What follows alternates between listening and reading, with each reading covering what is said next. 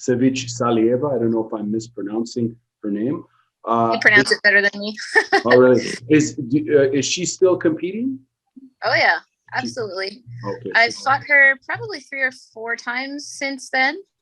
And I've beat her the last 2, maybe 3, but I think twice. And the last one was really quite rewarding because it was in Tashkent, her home city, and it was by submission. So it felt very validating. For redeeming. Sure. There's the word, redeeming.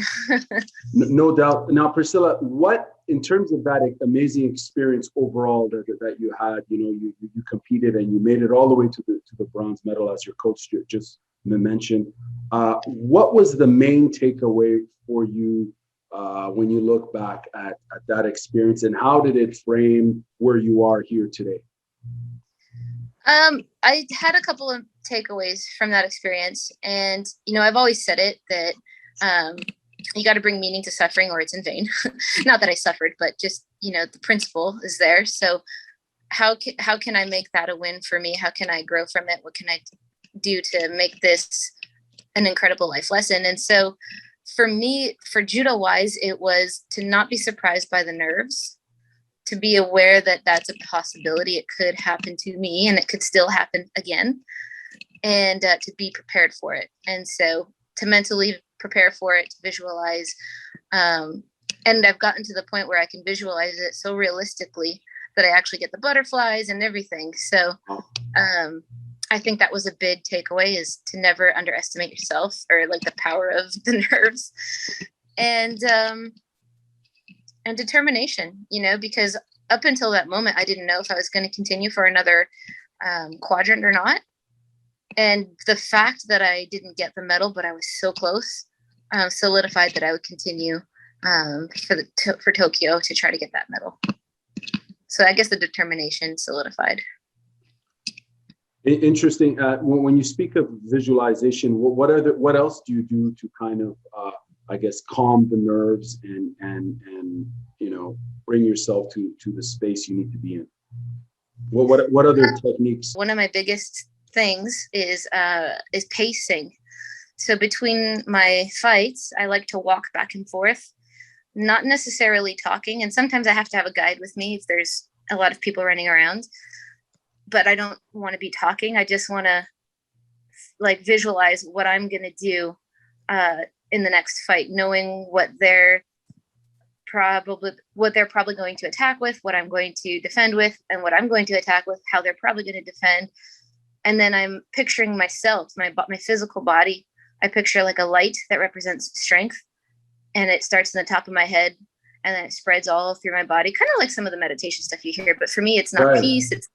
It's not peace or love. It's strength, and it goes to all my muscles and all my body, all the way down to my toes. So that's one of the big things I do. Very cool. Now, Coach, how would you describe Priscilla as a judo competitor? If you were to characterize her, what does she bring to a judo match? Ferocity and determination. She is known among coaches in the visually impaired world, in the Paralympic world. That is relatively small, much smaller than the able-bodied judoka judo world, and with 45, 50 countries competing, and all the coaches know Priscilla quite well, and they admire her. They know that this is exceptional blind competitor, because majority of the people who are actually competitive at the world stage are visually impaired but not blind. She is the exception there. So they characterize her, or some of them call her a lion's heart in a small body. For me, from the very beginning, when I started to work with Priscilla, even before I was nominated as a coach of the program, when we met at the Takahashi Dojo, I've seen this potential in this girl who was just never working at less than 100%. Whomever she had to face, small girl or big man, because of the limited number of potential sparring partners in Takahashi Dojo. She was always there 100%. You could see her trying to do her best. It's for me, I always repeat that and always will repeat that. This is one of the most humbling and enriching experiences of my coaching life and life in judo in general, being able to work with the Paralympic program. Priscilla, of course, is the most important part of that journey right now. She is the only Canadian Paralympic athlete who qualified for Rio. We had Tony Walby from Ottawa with us in Rio. We had Justin Carn, who tried for the Olympic Games in Tokyo, didn't make it. We had few other athletes on the pathway, over the past 6 years who went through this program, and each of them brings something new and new perspective, and for me, new window of opportunity to see the world through the eyes of the people who have to deal with our reality on daily basis.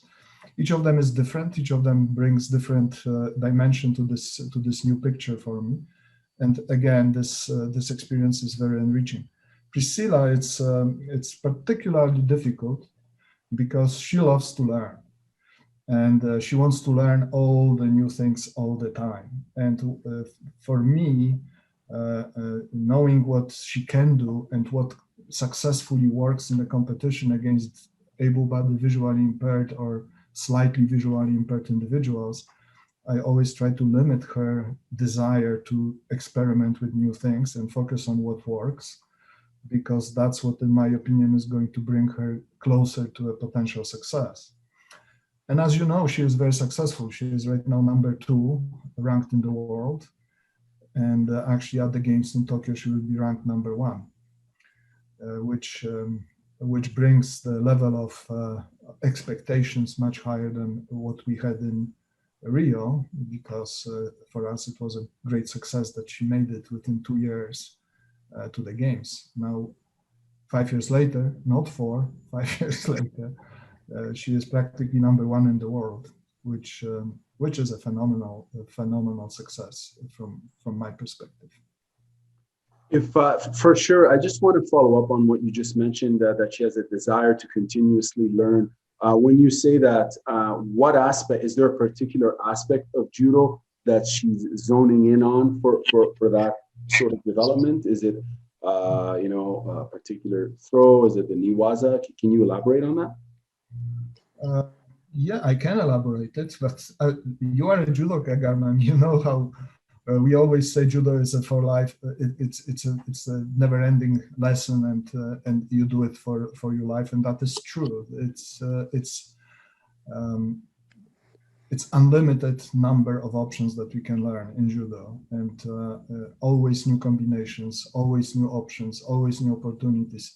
It's the chess that we play with our opponents. Depending on their reaction, we are reacting, and that's what Priscilla does all the time.